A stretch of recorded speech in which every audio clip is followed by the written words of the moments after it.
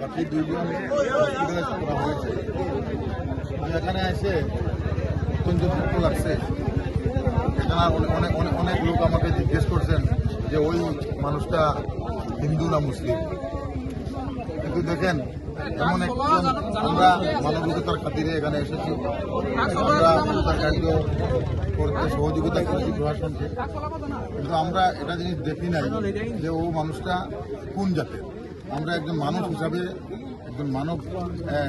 মানুষ হিসাবে ওনাকে সহযোগিতা করেছি এবং আমাদের অত্যন্ত দুঃখ লাগছে যে একটা মানুষ স্পট ডেড হয়েছে এবং সম্ভবত উনি আশেপাশের লোক হবেন, এখন পর্যন্ত শনাক্ত করা যায় নাই।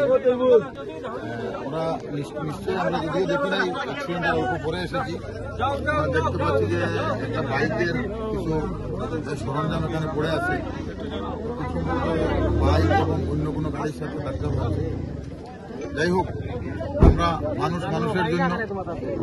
মানুষের জন্য করতে হয়।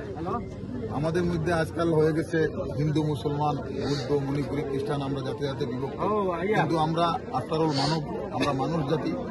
আমাদের যেভাবে আমরা প্রত্যেক ধর্মের মানুষ, আমাদের মার গর্ভ থেকে আমাদের জন্ম হয়, সেইভাবে আমাদের মৃত্যুবরণ করতে হয়।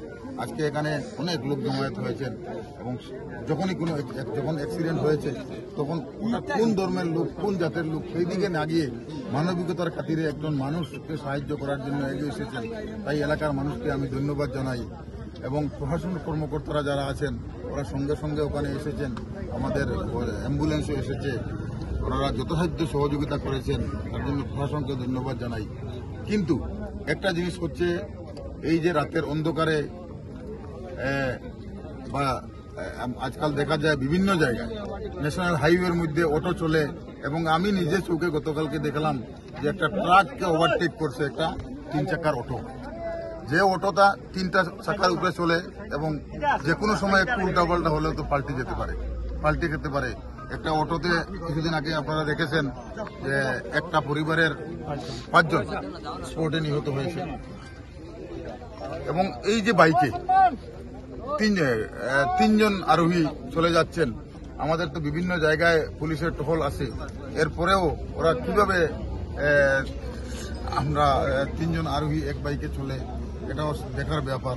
তাই আমি প্রশাসনের দৃষ্টি আকর্ষণ করছি যে আপনারা আরো কঠোর হন, আমাদের মানুষকে আপনারা আমাদের জীবন বাঁচান, আমাদেরকে সহযোগিতা করেন। আজকে একটা ঘরের তার মার বুক খালি হয়েছে, তার বাবার বুক খালি হয়েছে, তার সন্তানের কোন মহিলা বিধবা হয়েছেন, অত্যন্ত মর্মান্তিক দুর্ঘটনা, অত্যন্ত দুঃখজনক ব্যাপার। সেটা আমাদের বলার কোনো ভাষা নেই। আমাদের মতো একটা তোরটা যুবক এখানে যে রাস্তার পাশে পড়ে আছে, আরে সেটা মুখে বলার মতো নেই।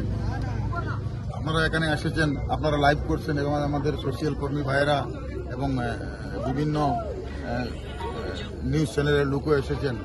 আপনারা এটা এই যে আমাদের যারা আরোহী আছেন, গাড়ি বা অটো বা বাইক যে বা যারা, কিভাবে আমরা নিরাপদে চলাফেরা করতে পারি সেটার প্রতি আপনারা